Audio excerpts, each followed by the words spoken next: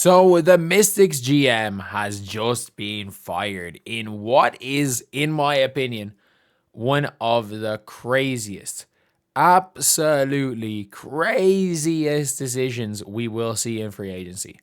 Obviously, it is a crazy decision that we've seen so far. And the fact is, it might even be the craziest one after the Sky sold low on Angel Reese for no reason. Like, she's 2 more years in a rookie deal, and they sold at the lowest of low points.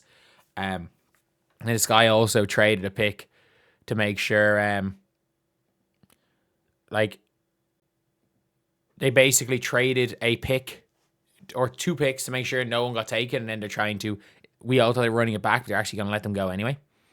But, yeah, anyway, they are trading her after 1 season, due to serious strategic differences. So let's take a listen to what ESPN have said. Do they have anything more?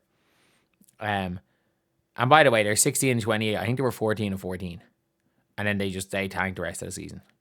They traded Sykes, did a bunch of things. Is there any news about what actually happened? It says here, the source said misaligned visions became more apparent as the team geared up free agency. Sydney Johnson entered his second season, will assume the role of basketball operations sports from Mystic staff. Johnson has been lauded for his player development expertise. Okay. What exactly is happening? Is it that that they're still trying to rebuild and she's trying to accelerate it? Or is that they're trying to accelerate the timeline and she's trying to rebuild? Like, if I'm them, I'm probably Citron and Kiki aren't going to make an all WNBA team at any stage. So I'm probably going to tank. I realistically would tank until 2028. I know it sounds crazy. But like, there's enough good teams in the league. You have to go for it. And if they play 3 years, or even, tank next year and the year after. So they have 3 years of not making the playoffs. But suddenly you come out with 2 max contract slots. Sonia Citron, Kiki Iriafen, Olivia Miles / AZ Foot, Hannah Hidalgo, and I don't know, Toby Fournier. Like, that for me is that's a championship team. If you add 2 max contract players to them, that's a championship team. That's the big thing.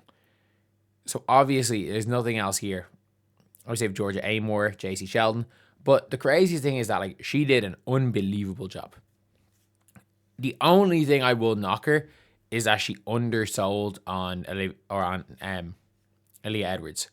Like, there was no reason to have traded Aliyah Edwards now, rather than waiting. Rather than waiting a year or two, because Aliyah Edwards is more trade value today than she had when she was traded. Like, they got JC Sheldon a second. Like, I like JC Sheldon.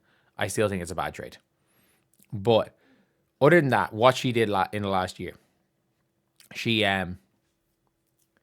first of all traded Ariel Atkins for the 3rd pick, which by the way, the 3rd pick isn't the craziest trade in the world. At the time, it kind of made sense, but she made the right decision at 3 and took Sonia Citron.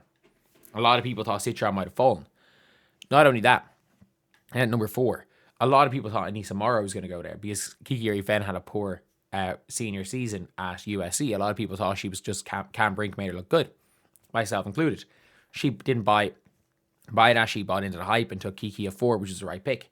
She then went and traded Brittany Sykes, and sold high on her. It got them the number 9 pick in this year's draft, and I think it got them maybe a future pick. And it meant that they could also tank, which got them the 4th pick this year's draft. They have made nothing but good decisions.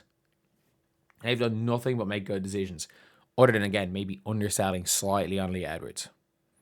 And other than that, I'm like, it is it's just crazy. Like, I understand the whole it's due to serious strategic differences. Did she quit? I don't know. I don't know what exactly it was. So serious strategic differences mean we're probably cooked. What is strategic difference? So serious you either get fired or quit.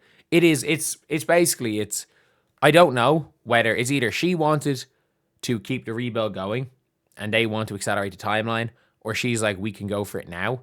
And they're like, nope, we don't think going for it now is the right decision. Like, they are the only things. At the same time, like, it is still a situation where you just can't, like, you just have to make the right decision for your team, for your organization. And clearly they feel like they did. I don't know if they did.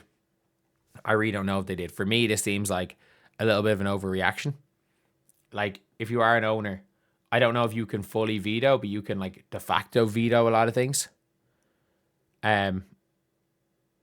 You can de facto veto this, and if she wants to do something, be like, look, this is what we're doing. This is what we are doing. We're building, whether either we're going for it now or we're continuing to rebuild, whatever they want. And it's like, this is what we want you to do your job for this. And to be honest, maybe she's like, look, my stock is high. I'm going to do what I want and fire me. I'm not going to do what you want, which is, I'm guessing this might be a thing where it's like, she maybe was too good at her job, accelerated the rebuild too fast, and it's like, oh, and then they want her to and completely fucked up the timeline one way or the other. And whether she wants to stay on the original timeline, or she wants to blow up the original timeline because she did such a good job, is an interesting one, because nobody really knows what's going on, and we're not sure. Either way, she's going to walk into a job anywhere. She's going to walk into a job. And I think there's no question about it that she's going to walk right into a job anywhere else. If I'm the Chicago Sky today, I hire her and fire Jeff Bagliacca. I do that today. I mean this. If I'm the Indiana Fever, I consider firing one of Kelly Karskov or Amber Cox, whoever's making the basketball decisions. I consider firing them today. If I'm the Las Vegas Aces, I consider hiring her today because they don't have a GM.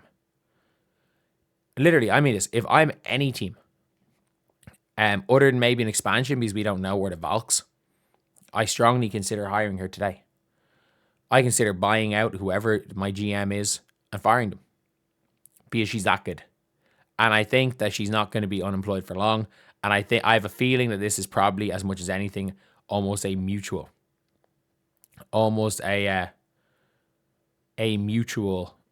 thing where they don't want her and she probably doesn't want them either. Or she doesn't want to stay either. So anyway, yeah, that's the video. I'll see you guys.